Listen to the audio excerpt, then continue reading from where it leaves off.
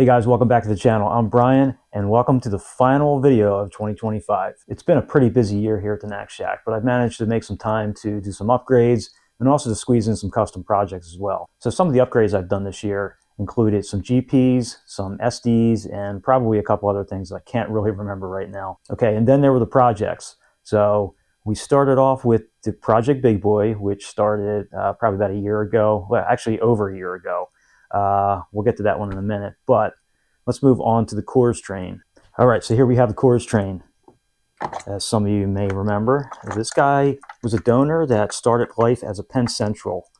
It was in some kind of rough shape, so it was a good donor for this project.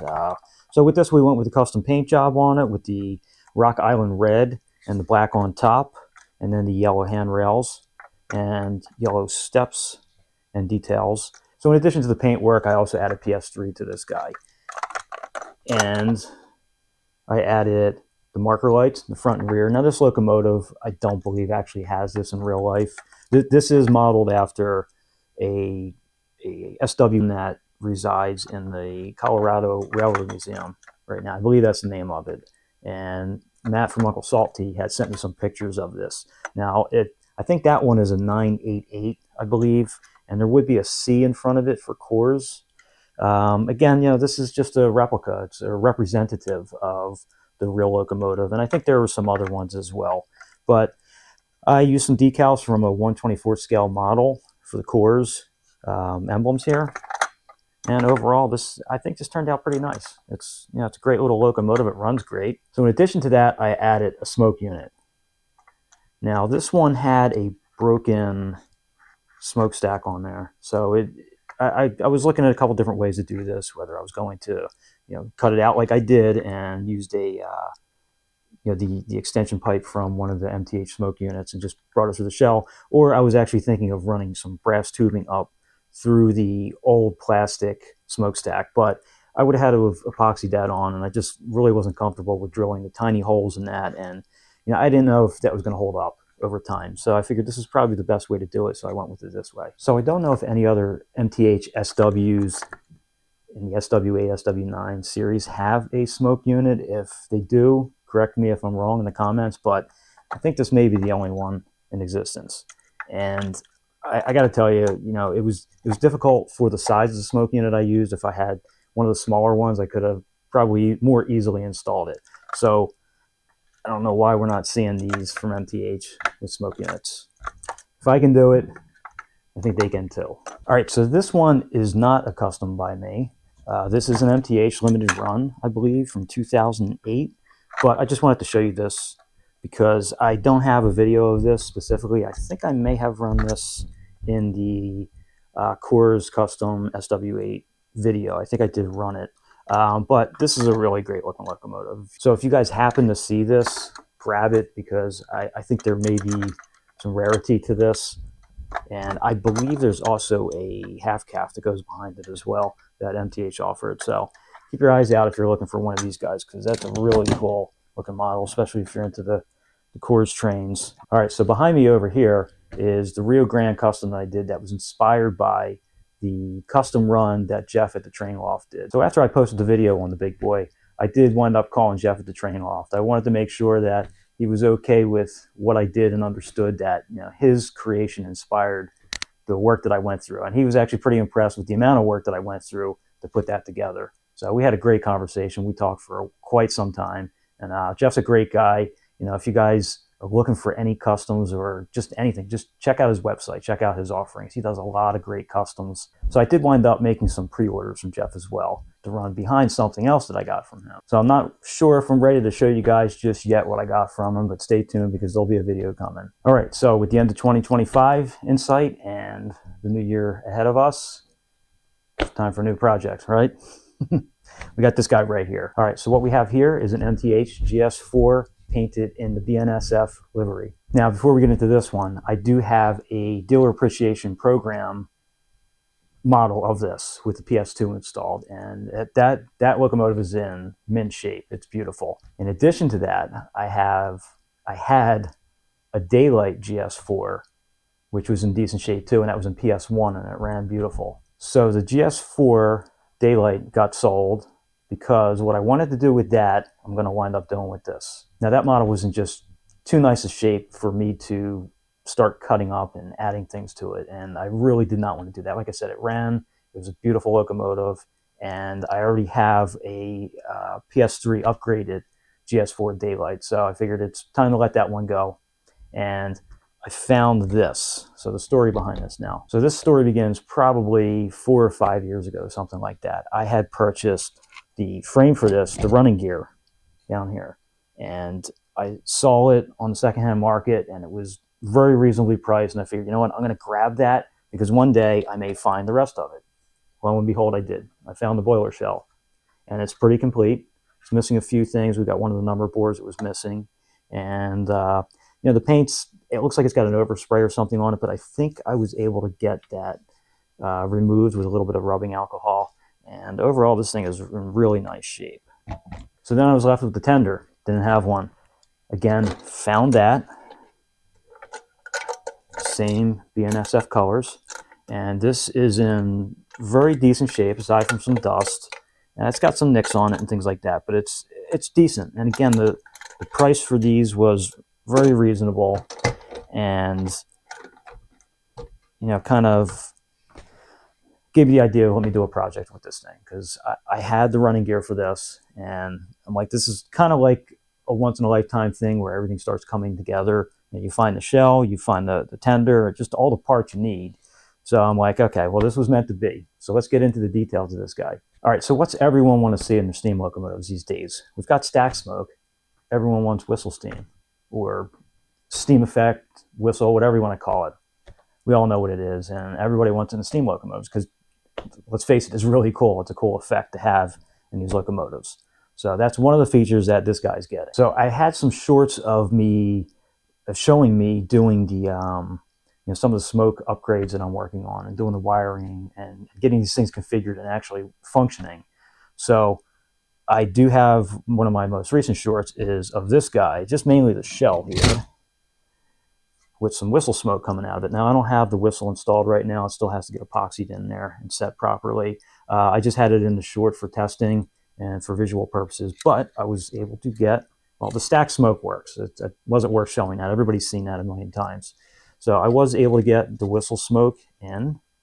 That's this little guy here, and it's all plumbed in, and we've got the outlet hole right up in here. So this guy will get filled through the same hole up in there, and it'll trickle right down into the smoke unit, and it'll be good to go. So these two guys work. So let's get into the rest of this now. So I knew that Lionel had a new GS4 out, and that it had the whistle steam, and I believe it had, you know, that I knew that it had the front blow down, and I wasn't entirely sure if it had the steam chest smoke, which it does. Of course, Lionel's got this great feature in their Vision line, which they should. You're paying the money for this. I believe it actually has a functioning piston there, some kind of valving in there that allows the steam to alternate out of the bottom of the steam chest. So that was something, that was a really cool feature that I thought that they had. Now, I'm looking at this and watching videos of the actual GS4 running, and I'm thinking, you know, how cool would this be? Not knowing that Lionel did this already. How cool would this be to have dynamo smoke? So I was thinking of doing dynamo smoke on this. Then I saw that they actually did it. Well, you know what? I'm doing it anyway. I'm going to put dynamo smoke in this. I think it'll be really cool because we've got the 3 dynamos on there, and it'll just be another steam effect coming out of the top of the boiler as it's going down the tracks. I think it's going to look awesome. All right, so let's put this back on here because I need the visual of the whole locomotive to get this one, get this visual out to you guys. So yeah, we've all seen blowdown out of the big boys, out of the back of the cab here. Lionel, awesome. Their GS4 has it coming out of the front, and maybe it's a GS6. I don't know. You guys tell me in the comments. It's basically this locomotive. So what I was thinking now was, okay, that's great to have the blowdown coming out of the front, but what if we also make it come out of the back here, out of this muffler? I'm sorry, I have the wrong one. Out of this muffler right here. So what if we had it coming out of both spots at the same time? Well, that's what I'm going to try to do. So Don't hold me to it. I'm going to do my best to make it happen. But I've got some plans of what I want to do and how I want to do it. And I started playing around with some things. So let's just kind of take a look at this guy right here. What I'm looking to do is add 2 smoke units in here. Now this GS4 surprisingly has a lot of room under the shell. I was really surprised when I took this thing apart and started playing around with it. I mean, I've done a daylight conversion already to PS3, but it was a long time ago, and I just didn't really recall how much space was under the shell of this thing to work with. So the plan is we're going to mount the smoke units in here. The stack smoke and the whistle steam smoke, they actually line up in here, and they don't really protrude down into this area too much anyway. I think the whistle steam smoke unit does a little bit, but I believe there's enough clearance because I can get the shell on and off without any kind of problems. It fits nicely.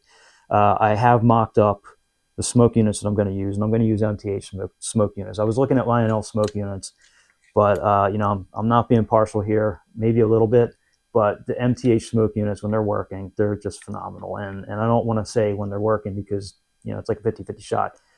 I've never had any issues with the MTH smoke units, and if there are issues, it's typically the wick that they supply is a fiberglass wick. I've been using my own, I'll call it a Knack Shack wick that I've been putting in all of my upgrades, and it's been working phenomenal. No problems at all.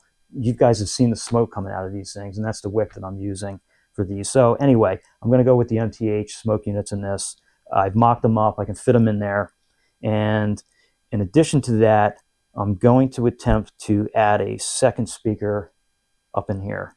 Now, it's not really going to give me stereo effects like a Lionel would because their audio systems are designed for that. It's more of a mono sound system. Now, the reason for the speaker up in the boiler is going to be for the steam effects. So I've come up with a way that I can integrate multiple smoke units with the existing MTH system. And what I can't do is modify their sounds and controls. And I'm not trying to by any means. I'm not trying to reverse engineer anything. I'm just working with what I have, you know, what's provided out on the market. So I've figured out a way to add an audio sound while the smoke is, you know, the steam effect is going on. And I'm still working on that. It's not perfected yet. I've had some issues.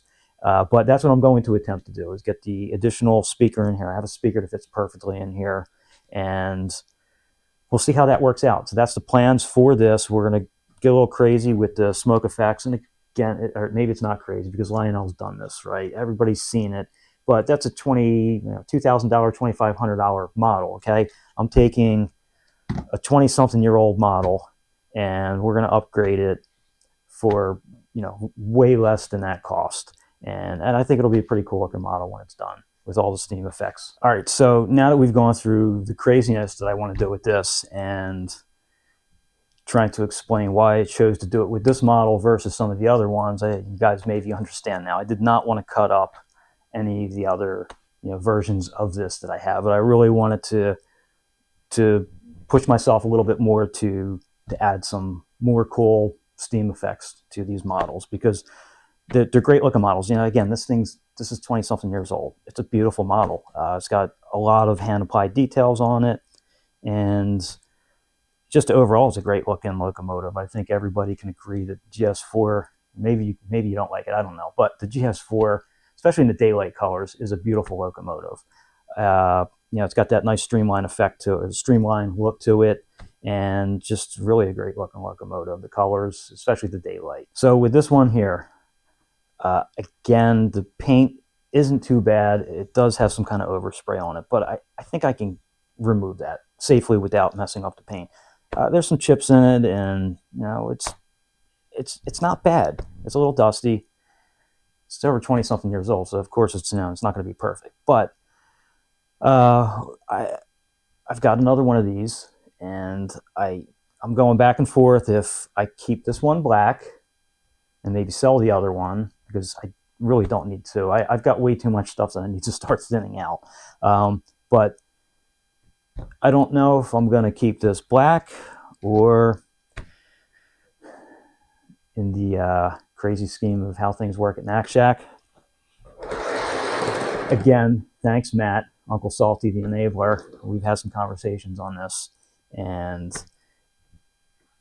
if I were to do a custom paint on this, it would have to be a West Coast railroad, of course, the Union Pacific Rio Grande, sorry, the Denver Rio Grande, big boy.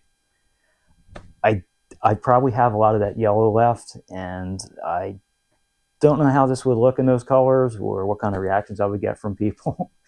But I've gone back and forth, and again, I have some conversations with Matt. Some great talks, you know, we're like, well, yeah, it's a beautiful locomotive. How can you beat a daylight paint scheme? You can't. You know, there's a lot of different things out there. Lionel's done a Western Pacific, and I kind of thought about that too. Again, not knowing that they have it. I haven't cracked open one of the Lionel catalogs in a while. I just, nothing against Lionel, I just stopped looking at them. They're too tempting to just buy something, and the prices are just a little bit too high, I believe. And that's just for me. You know, maybe it's a lot of you other people out there, but you know, one vision line every once in a while, fine. But I just keep that book closed. I get texts and comments from people, oh, did you see this one in the catalog? Like, no, I still have like 2 years worth probably of catalogs I have not opened. Actually, I still have a model, a Lionel. It was a custom run from Lionel that I haven't opened yet. Again, video on that one coming soon. So what I was thinking, what Matt and I were thinking after talking it over was, all right, how about this Western Pacific paint scheme instead of the silver and orange? Now, Broadway Limited has an HO model done in this, and you know, you can look that up. It may not sound great by looking at this representative boxcar here, but if you take a look at that, let me know in the comments what you think, because I think it's a really sharp looking locomotive. Again, it's an HO, great looking model, and it's got a nice clean look to it, I think. And I think it's something that I can paint. I'm thinking if I painted that big boy, I can do this paint scheme. And I've already kind of plotted out in my head how I would go about doing it. But I don't know, I'm on the fence about it. So depending on how it turns out, I may keep this one black and sell the other one. I don't know. We'll see how it goes. Too soon to tell. Depends on how the drilling operations go with putting in the dynamo smoke and the blow down. And it really depends how much I have to get into the shell and potentially mess up the paint, which I don't plan to do intentionally, but if it happens, then maybe at that point I'll consider painting with something like this, or leave in the comments what you think. I'm open to suggestions. I think this one's really cool. If you check out that BLI HO model of the GS4, it looks really sharp. So again, in the comments, let me know what you guys think. All right, so what do we have here? We have a Southern Pacific Lines MT3 locomotive, I believe this is. And then we have the New Jersey Blue Comet. Well, you guys know I'm in New Jersey. I don't own a Blue Comet, and I live in New Jersey. This one here is not mine, nor is this one. Now, the other day I had a special visit from Guy at Guy's Trains. Yep, pretty cool. So if you guys don't know Guy, he's got a pretty cool channel. He does a lot of rail fanning. He's got a really beautiful layout where he showcases his trains and all the work that he's done in his layout in sunny Florida. So Guy also travels up north here to visit family, and he was on his way up the other day, and he stopped by. We had conversed over text, and he had mentioned he has some locomotives he wanted me to look at and get running for him and tune them up. So these right here are Guy's. Now, I also have a third locomotive that he brought up as well, and that one's actually on the bench right now being worked on.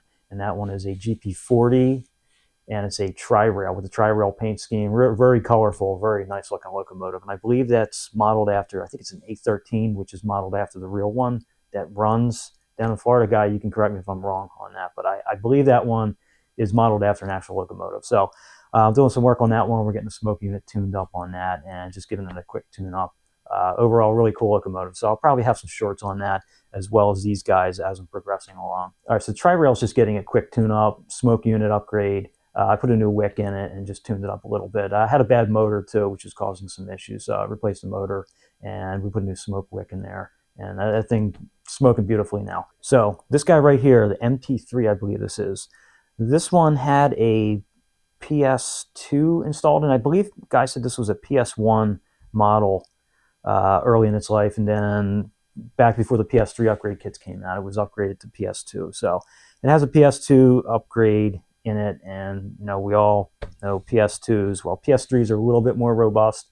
PS3s are a lot more robust. The PS2 5-volt boards are not that great. Again, the evolution of that led to the PS2 3-volt board, which is a little bit better. This one, I believe, is actually a 3-volt board, but it's having some issues where it's not remembering. It's not saving its memory on power cycle, and I've seen that a lot in both PS2 and PS3. So anyway, we're going to give this one just a quick PS3 upgrade and get this thing back on the road, back on the rails rather, and get this guy running. Now on to the Blue Comet.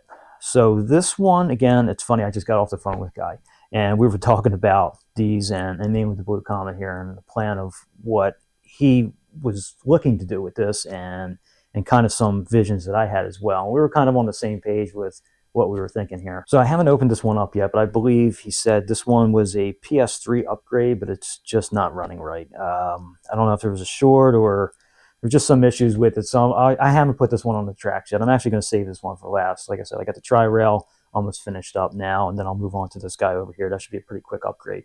So this one here, what we were talking about doing now is we'll add the PS3. I don't want to say upgrade kit. Well, we will. We'll upgrade this to PS3 to a fresh new PS3 upgrade. Now, instead of using the upgrade kit, I'm planning to use the factory board set for this. So it's a combination of a boiler board and a tender board to work together. Now, the reason I'm doing that is we were talking about this, and when I saw this, I just thought I've never seen one of these up close before in person.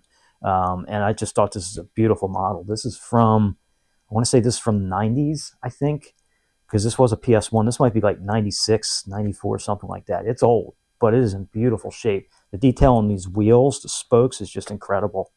Really a gorgeous looking model. So what we're thinking, I'm going to do the factory board set in this, tender, boiler, and I'm going to attempt to do whistle steam on this. I'm fairly certain I can do it. Not questioning that. I haven't gotten inside yet to take a look and see if there's enough room for everything. I mean, doing it electrically is not a problem. I don't have an issue doing that. It's just a matter of whether or not I can fit the hardware inside of this, which, looking at this, I think I can. And, the whistle steam upgrades that I've done, I don't think I'll have a problem with this. So that's the plan with this, is we're going to put whistle steam in this, and we're going to give it the full PS3 factory board set install. Now, in addition to that, it does not have a smoke unit in it, so we're going to put a stack smoke unit in it. We'll get that working, fan-driven smoke unit for that, and then the fan-driven whistle steam smoke unit for it as well. So I'll probably have some shorts on these. I don't know if I'm going to do full vids because, again, there's a lot of touch labor involved with this one right here, especially. And you guys have seen me do upgrades before. I don't know, maybe I'll do something with the steam locomotive because I haven't done one of those before. I did have some planned, but I haven't gotten to them yet. So anyway, stay tuned for some shorts and some upgrades on these guys. So if you see the Blue Comet, the MT3, or the Florida Tri-Rail, just know that they are not mine. Those are for Guy at Guy's Trains, and check out his website. Pretty cool YouTube channel. So with that all said, I think that about wraps up what I had to say and wraps up 2025, at least for me. I hope you guys have a great New Year, great holiday season, and I want to thank all the subscribers and everybody for supporting the channel. It's greatly appreciated.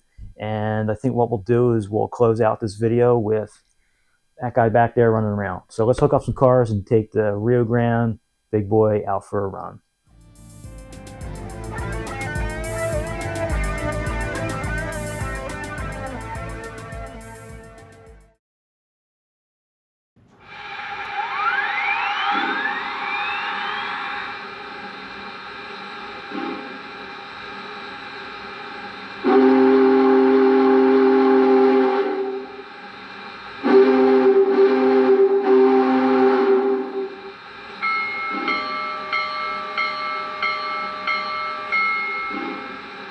And now I'd like to welcome Union Pacific's chairman, president, and CEO, Lance Fritz, to the stage. He is the man who gave the green light to bring Locomotive 4014 back to life.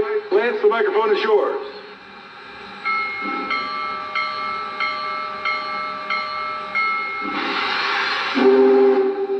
On my left, Union Pacific number 844, brought to Union Pacific in 1944, topping out at a speed 110 miles an hour. Far down the track on my right, the latest steam locomotive to join the Union Pacific family, the big boy, Union Pacific 4014, all 1.2 million pounds, 7,000 horsepower.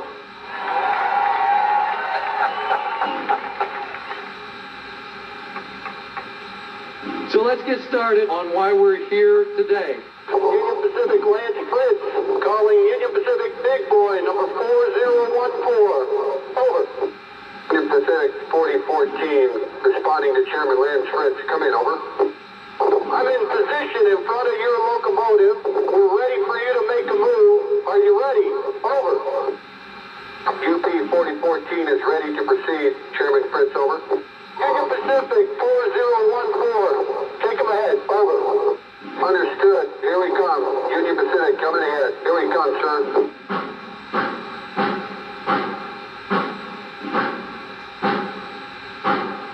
The wedding of the railroads happened just 40 miles northwest of here on May 10, 1869, and it changed America forever. Travel that took 6 months to go from New York to San Francisco, at the risk of your life, literally turned into a 10-day excursion in relative comfort. And while that connection was finally complete, the journey really was only beginning. The creator of the famous Golden Spike knew that better than all, as he inscribed on that famous spike a prayer. May God continue the unity of our country like this railroad unites the two great oceans of this world.